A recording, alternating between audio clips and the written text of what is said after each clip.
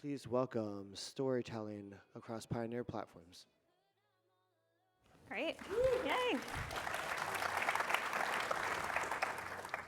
Thank you, everyone, for coming. It was an exciting keynote. It's great to have a storytelling across pioneering platforms panel after we announced that everyone was getting a Quest headset. So you'll be able to experience a lot of these on your own. So my name is Yelena Rachitsky. I'm an executive producer of experiences over at Oculus and Facebook. And I've been really fortunate enough to explore the narrative form across VR over the past 4 years. I started at Oculus Story Studio, and the question that really started Oculus Story Studio initially was, can you tell a story in VR? That was something that people didn't even know was possible yet at that time. And it feels like a really long time ago, and I talk about this a lot, but VR always feels like dog years, where 1 year feels like 7 years, so it feels like I've been exploring this for, and I'm sure my panelists can agree, for, a couple decades. But 4 years later, we're here, and some incredible masterpieces in VR have been created. There's been awards, Emmys, prestigious film festivals, location-based entertainment across the world now, and how quickly the technology is coming, but also how quickly people are picking up the craft. And really, it's all about the creators who are figuring out how to use this technology and put emotion behind it. And what's incredible now is that we have VR, and I can't say it's necessarily matured yet, but I would call it pretty, we've learned a lot. But now we have new opportunities to tell stories, like augmented reality, and you heard a lot about Spark over the keynote. So this panel is really to think about everything that we've learned in creating content and storytelling for VR, and does it work across different platforms, and how do we continue bringing emotion to technology no matter what the technology or what the platform really is, because I think if all of us do our jobs successfully, the technology actually disappears. So I'm very fortunate to be on a panel here with 4 lovely people who have also been in the trenches of figuring out this space with me and have really dug into it and have so much knowledge to share. So I wanted to start off by having each person introduce themselves and talk a little bit about the projects that they've created. Mark? You're looking at me first? I'm looking at you first, yeah. The hat, you mean? It's the hat. It's a great hat. Thank you very much, appreciate it. Hi, I'm Mark Walsh. I was at Pixar for 18 years, and I left a few years ago because I was fascinated with new forms of storytelling and new forms of character interaction. I made my first VR piece called Gary the Gull. It was an interactive character in VR, and then recently was the creative director for the Portal Storytime app made here at Facebook with Spark AR, which explores a different way of telling stories, not by something that you watch, but something that you tell to each other. And then recently, I run my own startup called Motional AI, which creates technology to make those characters that you interact with more relatable. How was that? That was great. The hat still looks good. I'm Maureen Fan. I'm CEO, co-founder of Baobab Studios. We are an interactive, immersive animation studio. My co-founder is Eric Darnell, who co-directed all the Madagascar films and also Ants. My background is more in games. I was head of the Farmville franchise at Zynga right when they started for many, many years. So we're merging interactivity and narrative together. We've released 5 pieces so far: Invasion, Asteroids, Jack, which is a location-based experience, Crow, which was VR, 2D, as well as AR, and also we just premiered Bonfire at Tribeca Film Festival, and it just got announced today that it's going to be a Quest launch title, so really excited about that. It's going to be both VR and AR. Yay. Greg? Hi, everybody. My name is Gregory. I'm the Vice President of Technology Partnerships at Universal Pictures. My engineering team and media technology team at the studio is really there to support our content creators to create really compelling experiences using the latest technology. Over the last several years, we worked on a lot of VR and AR projects, most recently for some big movies that you'll all know, Jurassic World and DreamWorks' How to Train Your Dragon. I'm really happy to be here and share our learnings as we've gone through this journey as well. Hi there, my name is Jessica Shamash. I 2002, started my career at Pixar, although I was only there for 4 years, not 18. And then shortly after Pixar, I actually joined the team at Oculus Story Studio. And like Yelena said, we were having these questions about how can you tell a story in VR? And the first project that I worked on, Wolves on the Walls, was not only how can you tell a story in VR, because we had really explored that with Lost and Henry and Dear Angelica, but how can you tell a story in VR but also have these touch controllers with interactivity, and how do you balance interactivity with narrative? And I remember early days at the studio, we had these dev touch controllers. There was two controllers shared with 30 people. They'd always go missing. Who had them? But I started working as one of the project leaders of Wolves on the Walls. And I have been working on that project for about 3.5 years now. And the project has continued at Fable Studio, where I am a founding member and head of creative production. We were also at Tribeca. And the story, Wolves on the Walls, is based on a Neil Gaiman book, children's book. And it's about this little girl, Lucy, who thinks there's wolves living in the walls of her house. And yeah.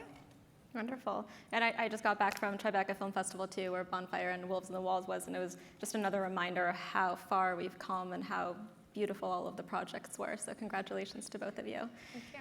So thinking within the title of pioneering, being a pioneer, I'm curious, knowing that there's not necessarily a roadmap for a lot of the projects and creations that you set forth on, each one is, in a sense, building on each other, and also this incredible community that's formed, which is one of the best parts of being in the space for me, is everyone learning from each other.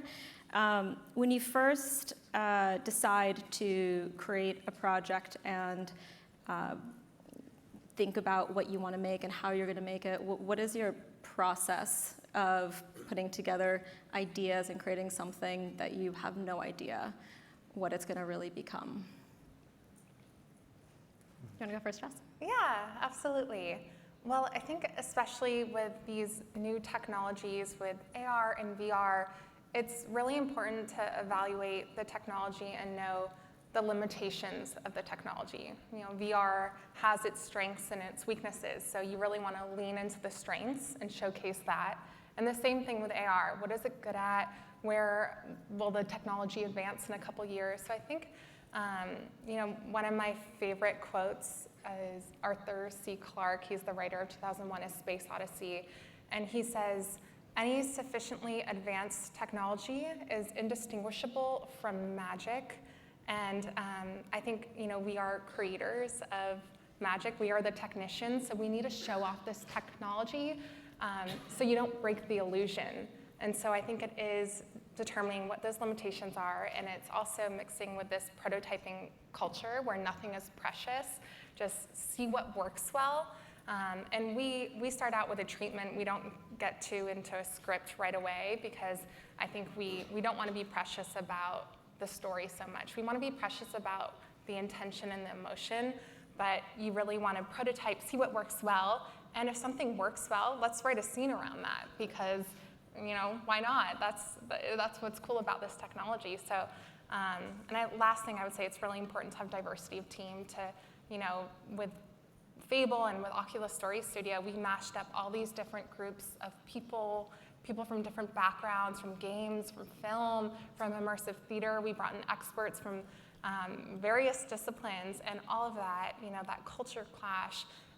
So we don't want to just be adapting film for AR or VR. We want to define and create something that is new for these platforms. Yeah. Yeah, I agree with that as well. I think, thinking about the limitations of the technology, but really, with the way we think about it is listening to our content creators and thinking about the experiences they're trying to create, and then looking at the limitations of the technology and kind of really trying to match the best experience with taking it as far as possible to the tech that's available today. So whether it's looking at things like leap motion, you're bringing presence into the piece, or whether it's a motion chair that gives you the sense of flying. On the augmented reality side, it's a whole different ball game. You've got a lot of devices out there, but they all work the same. Is the Facebook platform, is it going to work the same on an Android phone versus an iOS phone? There's lots of different considerations you kind of got to navigate as we're thinking about content and how we're delivering it to our audiences. We don't actually think that much about technology first. It's all about the mission of the company and think about how do we achieve that mission. So for ours, it's to inspire you to dream by bringing out your sense of wonder and making you matter. And that last part, which is making you matter, is the part that we think VR or AR lets you do that no other medium really allows you to do. So in Invasion, making you matter meant making you a character with a bunny body that got fat when you looked down and squatted. Then the hand controllers came out. Then it was like, oh, how do we make that connection between you and that character even stronger to make you matter more? So in Asteroids, you actually interact with the other characters and can push buttons, do things, play fetch with a robot dog, and it just kept on progressing like that. And it's testing out a hypothesis, like, hey, is eye contact, is that going to make you connect with the audience more? In Bonfire, our latest, it was specifically about, hey, can we allow you to interact at any given point? And previously, when we did AI or interactivity, it's very linear. It's like, now it's time to interact. Now here's the story part. Now it's time to interact. And that would make the audience feel straitjacketed, right, controlled. You're only supposed to do things when the man behind the curtain wants you to. And so now it's about letting you, the audience, interact the entire time and do whatever you want and have the reaction that you expect happen instead of controlling you. So that took a lot of 5 pieces of creating content to learn through. So every single piece we do, we learn, we fail at some things, we test out the hypothesis, and we take all those learnings and put it into the next one. Eric does tend to start with a script first because some directors like to start with scripts, other storyboarding. We also do game design, like logic flow charts and the core loop drawings and all that. So I would just say it's different for every single piece. I always start with the analog.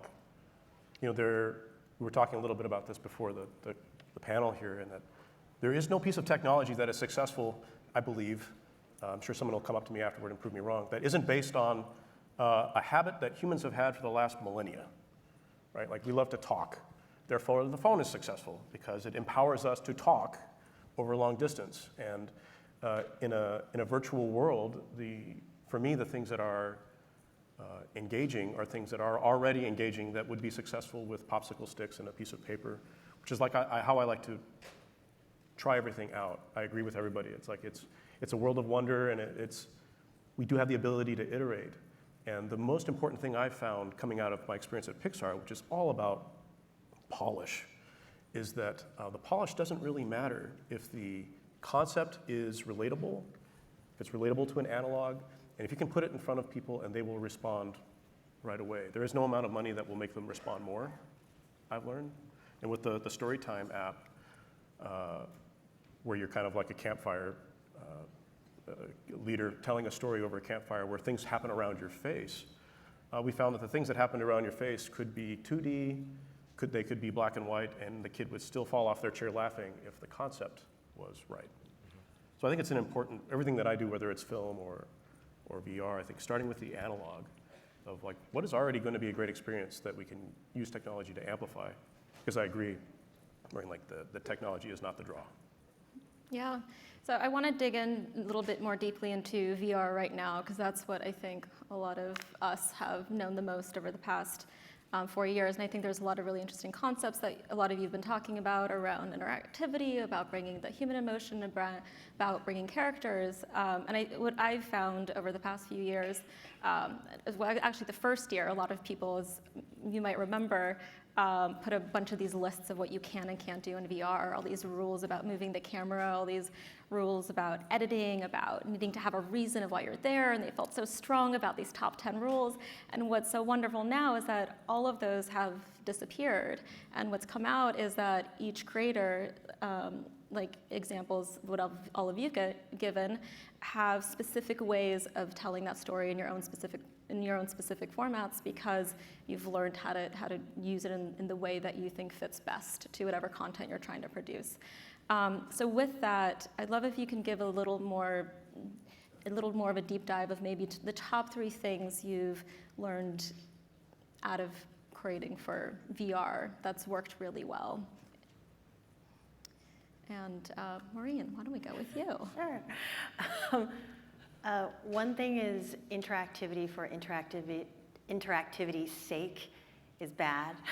At least, okay, everything I say, by the way, you should just also ignore and try to prove me wrong, because that's what we did with the top 10 list. Nobody knows anything right now, to be totally honest, in VR. We're all just experimenting, and we need people to break things and to find new rules and break all the rules. But we have found that when you have interactivity for interactivity's sake, it does draw you in, it does increase engagement, but it doesn't further the narrative. And then when interactivity feels auxiliary or forced into narrative, there's this dissonance that happens. I don't really know how to explain it, except I'm sure that you guys have played bad experiences where there's interactivity and narrative versus having interactivity help sell the narrative more or help push the story along. That's really important. For example, for Crow the Legend, that was a piece that we did before Bonfire. That one's about the crow and how the crow used to have beautiful rainbow feathers and had to fly into the sun to bring warmth back to the earth, and in the process burned all his feathers black, and the smoke got into his voice, and that's why the crow has the voice that it has today. We want to make sure that in the space sequence where you're flying alongside Crow, that it wasn't just random interactions that you had, that you were actually helping Crow along in his journey to the one who creates everything by thinking, who happens to be Oprah, which is one of my bucket list goals. So happy that I achieved that. But if you could have just made it so playing and moving your hands around was delightful, but it had to also help the narrative. What is your role in the entire experience, and how are you helping this main character get to where he wants to, and how do you help put the character under pressure to reveal that character's that character's personality, because that's what storytelling is about, right? Putting characters under pressure to reveal their true character. And that was just one, but I think Maureen's being a little modest. Her and her team know a lot about VR storytelling and have created some of the best storytelling out there. And Crow the Legend is out on Oculus Rift for all of you who want to take a look at it. Jess? Yeah, actually I will really second that point. In our experience, Walls on the Walls, what we coined, it's these natural, intuitive interactions. Because I think, when you do interactivity for interactivity's sake, or just anything like that, if the novelty of your hands is so exciting in VR, just throwing things and touching things. But if you do natural, intuitive interactions that you do without thinking about it, like if I were to drop this water bottle in front of Greg, you would pick it up, or if I were to just hand you something, you're able to multitask, and it's the difference between conscious and subconscious interactions. So if you're interacting subconsciously, you're able to pay attention and focus to the narrative. And so whether this is brushing away a cobweb or interactions that help advance the story or connect you to the character, very similar to what Maureen said, these are the most powerful because they keep you on track with the emotional intention. And I think you always have to come back to what is the emotional intention of the piece and filter your creative choices through that. And so with interactivity, it's interactions that advance the story or bring you closer to the character in our experience. Yeah, and I'd say as well, I think, with all of the content that we create, whether it's something for the movie theater or whether it's an escape room piece or a piece of VR content, we're really trying to draw emotion out of people and make them feel connected to the characters and the content that they're experiencing. So the same thing really is interactivity. Most of the things that we do have no interactivity, or if there is interactivity, it's there for a reason. Going back to How to Train Your Dragon, the project we did with Walmart recently, which toured around the country, and people were going to the supermarket could experience a virtual tour going through the hidden world. It started off with real life characters introducing you to the location-based experience. They took you into the VR area. Rough Nut and Tough Nut were the two mischievous characters that transported you into this room. But as soon as you went into the VR experience, everything made sense with what you were just physically experiencing. So, it's really about kind of creating that cohesive connection to the motion you're trying to draw out of people and the content you're creating. The interactivity we did have in the piece was really at the end of the sequence, using the leap motion devices where we brought presence into the content. In How to Train Your Dragon, there's the storyline around putting your hand out to create a lifelong bond with your dragon, and that was the main connection there. But it really tied into the content, and it made sense for what we were doing. You were saying earlier in the room earlier that you're really a big believer in cinematic VR, and I was curious if that meant it has to have interactivity or not, because we did talk about it, but it seems like without interactivity still is very powerful as well, right? And I think that's the thing. Yes, our studio is very focused on cinematic VR still.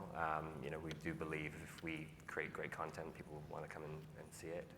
And interactivity is not the driver for it. I mean, we've got our games team that makes great interactive LBE experiences, and they're very different types of content. So yeah, I think we're still very much focused on it, and it doesn't necessarily have to have interactivity at all. Yeah, and we recently together created the Jurassic Blue VR piece, which is a short cinematic piece, and people loved it. People apparently love dinosaurs in VR. My best friend just texted me like, "Oh my God, I just saw this piece. It was amazing." So she was talking about that. And that's how we'll have to say that's Austin Barker actually that leads our theatrical team. He's a genius when it comes to creating theatrical content.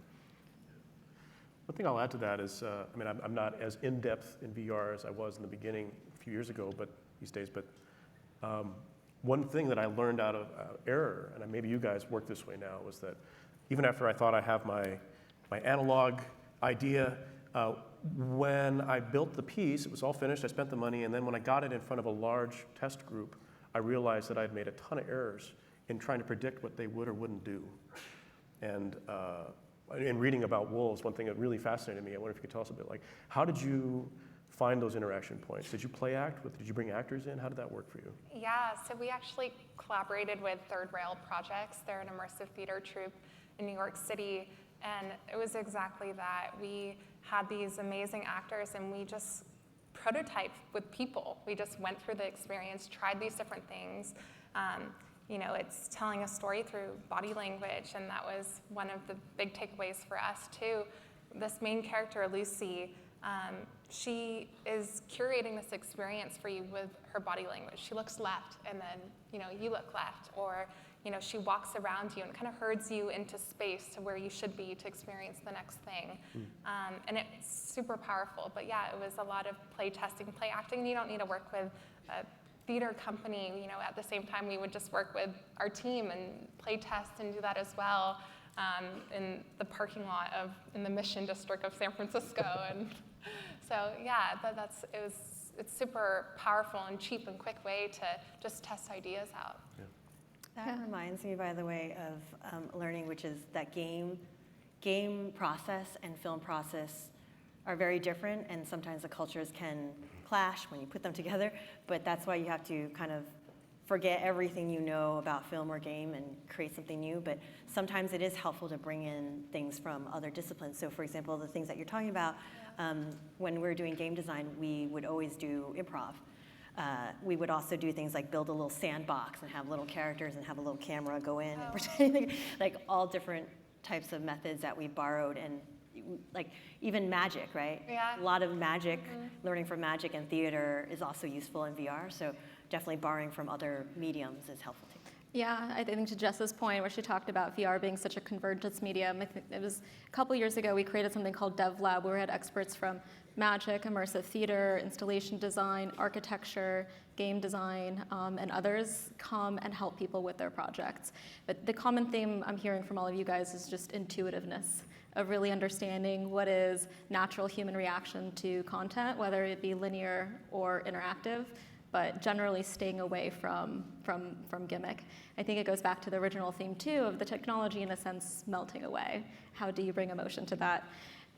So thinking about that a little bit, or is there anything that you did learn from VR that translates into your work and your approach with AR, given that It's not, you can't control someone's world completely. You don't know where the people necessarily are, where they're interacting with the content.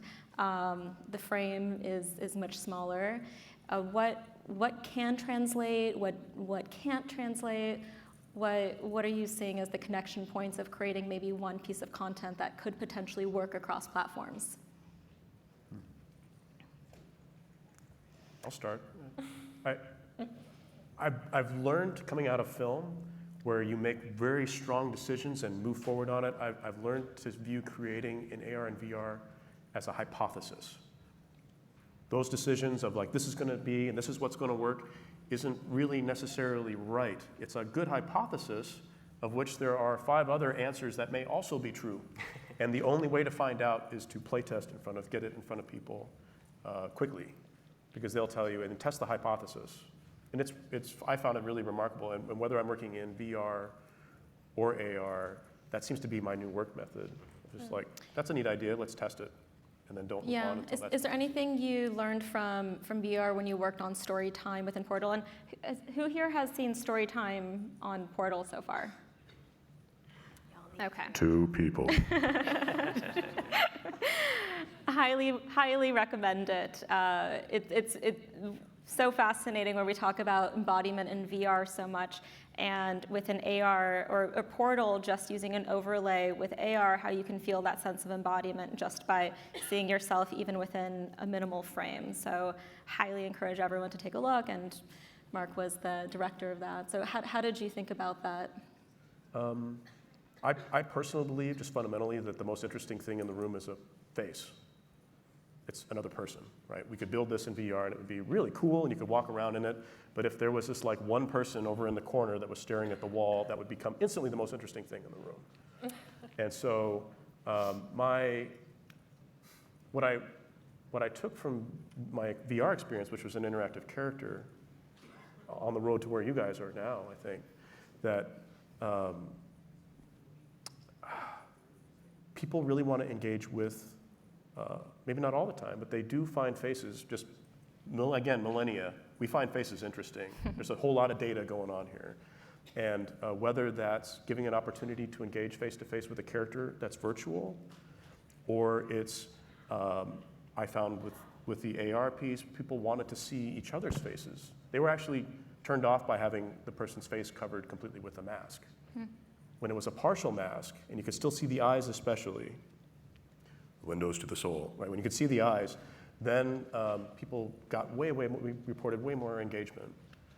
So I really am interested in developing that further with the work that we're doing, of like, what is that level of character engagement? Because I remember when I first saw, of course now I'm on a panel, I'm blanking, the first piece that Story Studio did.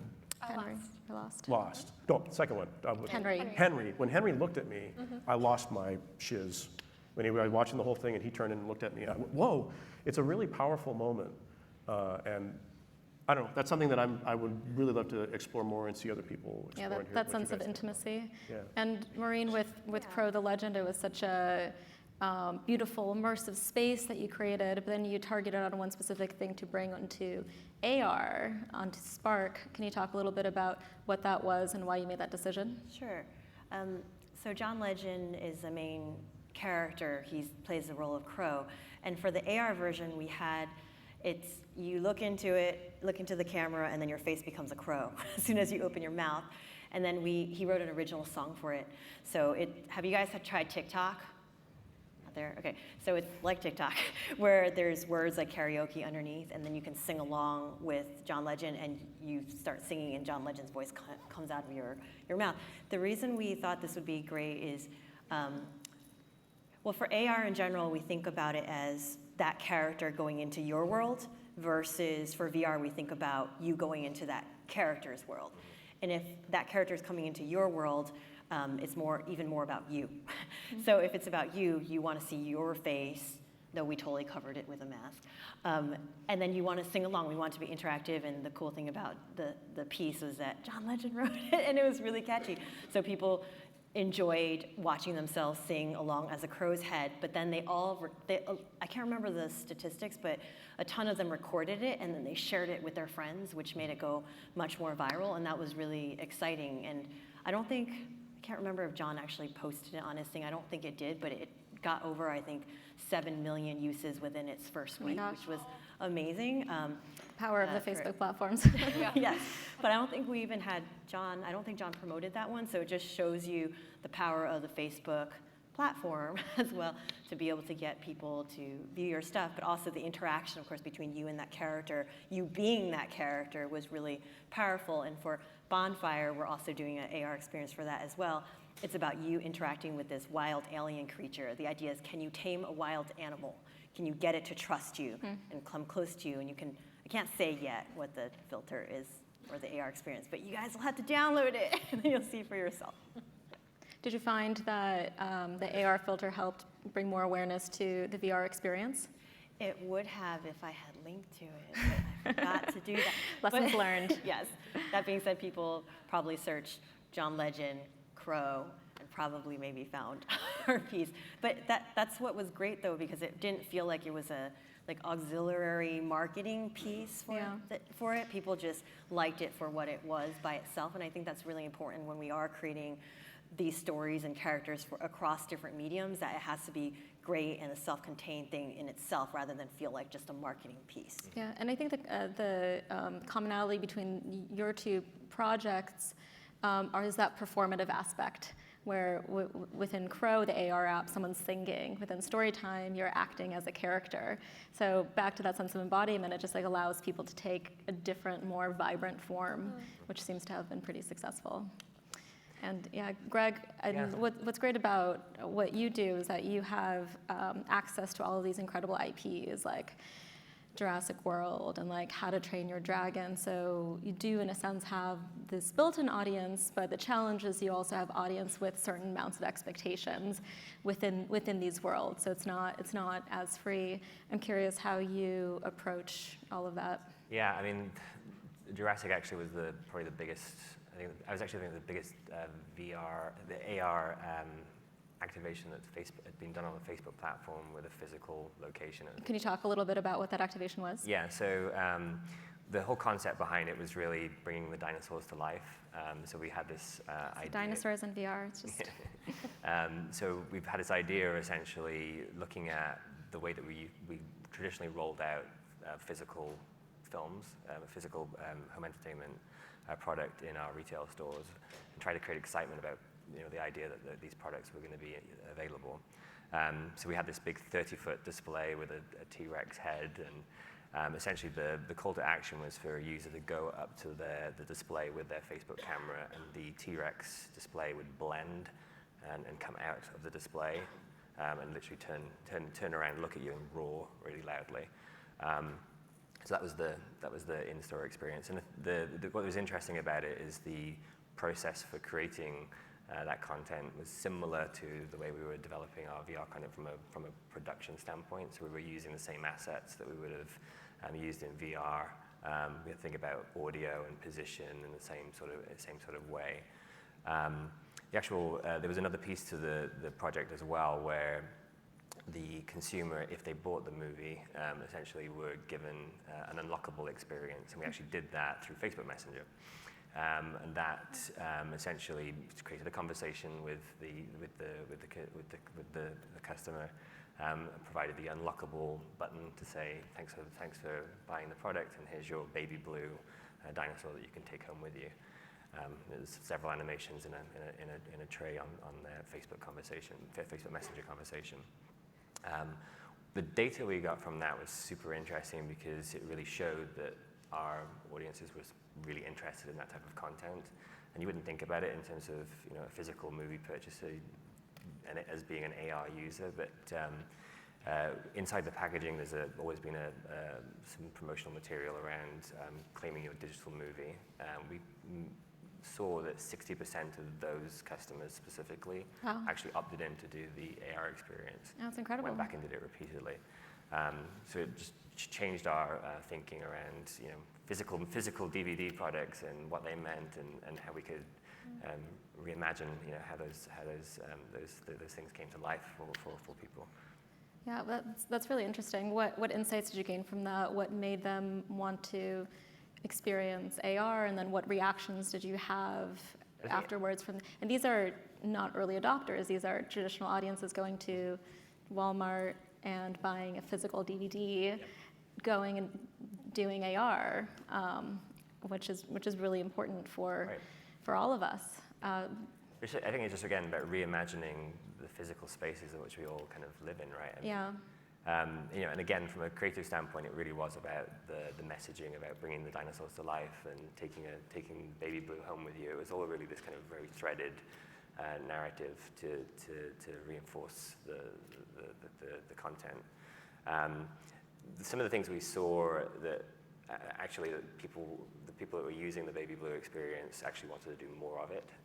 So it's now morphed into something we're doing for How to Train Your Dragon, and again on Facebook Messenger. So there's some interactive stories, which could potentially be something that pops up on the Storytime application at some point. There's an instant game that we've developed that doesn't have AR in it at the moment. But there's also some other world effects with dragons. So we're throwing a lot of different things at it to, again, see what works and to really kind of develop some really compelling experiences. Yeah, that's really wonderful how seamlessly you're working across different distribution approaches. And I think for everyone here, it's probably a similar kind of thinking of how do you find different ways of creating an audience. And I know with Maureen's work with Invasion, specifically in Crow, you guys went from VR to making a 2D rectilinear piece, and with Crow also making AR piece. So it's really thinking creatively about these different forms of distribution and people connecting with the different creations. I know, Jess, you guys are thinking a lot about that with Wolves in the Walls and the character Lucy. Yeah, we are really starting to think about cross-platform narratives. So, you have this girl Lucy from Wolves in the Walls, and this next experience that we're developing called Whispers in the Night. We're thinking about having it over 3 platforms, and these platforms speak to each other. So that could be a portal or a FaceTime that invites you into the VR experience. And then maybe your offboarding is an AR experience, but Lucy will have a memory of you from platform to platform. And it is this really compelling idea of forming a relationship with a character. And it's more than just storytelling. It's about bonding, and it almost kind of mimics what you're saying, just like another person. This is what we do, and how can we do that with a character, especially if a character can have a memory of you and have these different bespoke moments, with various people, and that lives from one narrative within 3 platforms. So we're really excited about exploring that and just seeing what that could look like. And the crux, what's holding this together, is the character. That is the story. Character is the content. Yeah. And then there's new themes coming around these artificial characters that you have strong connections with, and so once you get that connection, it can work almost anywhere.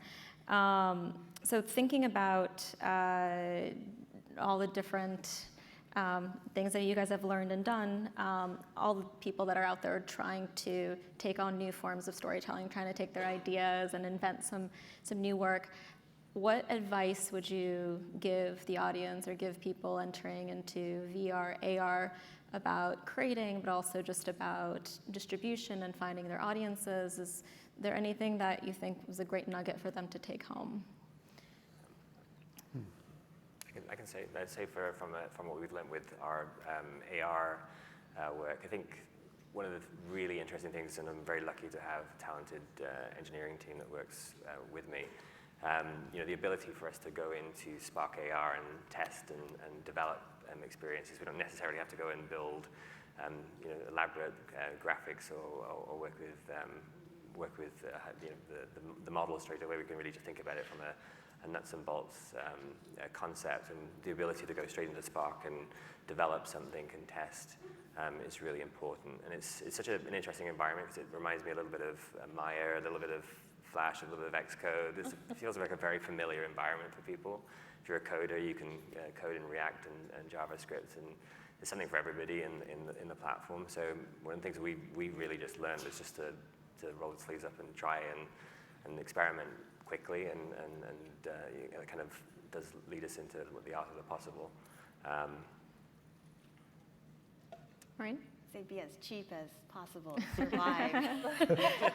I think VR is definitely going to become hugely successful, but it takes all of us to stay alive and create experiences, because that's the reason why people are going to come back to these platforms over and over rather than putting them in their closets, because there's constantly new, interesting content waiting for them on the Oculus or the Spark platform. So I would just say, try to create as many pieces as you can and to be frugal about it so that you can last for when the magical day comes where it becomes hugely mass market. But we're all here because we believe in both the AR and VR market, and so we're just going to be in the trenches creating more content. Yeah, and also, like, you have Baobab has shown so clearly being very creative about distribution, and like Greg, through location-based, which really invites general audiences to experience VR for the first time, to all these, the Facebook platform, which opens you up to this whole great audience, and even creating a 2D version out of the VR content, which is actually becoming really popular now too. Yeah, it seems like we're all kind of creators that are tied to a device right now. Like, it's so awesome that we've got a wireless headset now. Like, the more that we can proliferate so that a TV is already in everybody's home, so it's not hard to get them to watch a movie, right? Only 2 people here had seen Storytime on Portal, because we can't get Portal into everybody's home yet, right? Maybe 5. 2 of them left, they're gone already. So, but that's my point, is like we have this wait for the device hurdle, right? And it's getting there. We're seeing movement on that all the time. But until then, I agree, we have to stay scrappy. And again, it's the one message that I feel I have, and I feel like I've heard from everybody else, is like, stay scrappy, see if it works in the analog, see if it works on the cheap before, because at this point, it's just waiting. Once that moment happens, and it is going to inevitable happen, that it will happen, like, we all want to still be here ready for it. Yeah, I would say stay scrappy, but also take risks. And it's always been really helpful for me or for us in our work, is always asking ourselves when we're approaching a different platform, it's why VR? Like, similar to animation, like, why are we telling this story in animation? Why are we telling this in AR? And so I think, like, do what we can in this industry, but also, like, let's push what's being put out there right now. Yeah, so what are we excited about for making into the future? Having dug into this for so many years, having so much knowledge, and also just unique to all of you, something specific that I think you've all found passionate within these new spaces. What are you most excited about for the future? Mark? For me, it's interactive character. Again, I believe there's nothing more interesting than each other. And I think what's happening, I think we can all see what's happening in society a little bit, is a decrease in empathy. And that's because it's kind of like, in the digital world, it's easy to see people in the same manner that you see them when they're in a car. It's far easier to yell at a car, right, when they cut you off, than it is to yell at a person. Yeah. So they're kind of dehumanized. They're not a person. And when somebody is a handle, it's far easier to just look at the YouTube comments. It's far easier to insult somebody and say something horrible when there's no face. But if you say something mean to somebody and they're like, excuse me? It's immediately you are flooded with chemicals, cortisol, things that tell you that that's not good. And I believe that as AI advances and we are engaging more with these devices, that what constitutes what we call a relationship, that bar really needs to rise, so that you are dealing with something that is respectful and intuitive and empathetic, and it can also lead you through all kinds of entertainment. I just feel like that is, for me, as a character creator, it's the most exciting thing right now. Right. It's what I'm working on. In the mission to make you matter, we're trying something out with Bonfire that we haven't done before, which is making you the main character. in the past, we've always made you a sidekick. Kind of, if you think of Lord of the Rings and, you know, Frodo, some people asked Tolkien, why did you end with Sam? Why didn't you end with the main character? And he facetiously said, oh, I did end with the main character. And he's probably joking, but Sam was your way into the story with Frodo.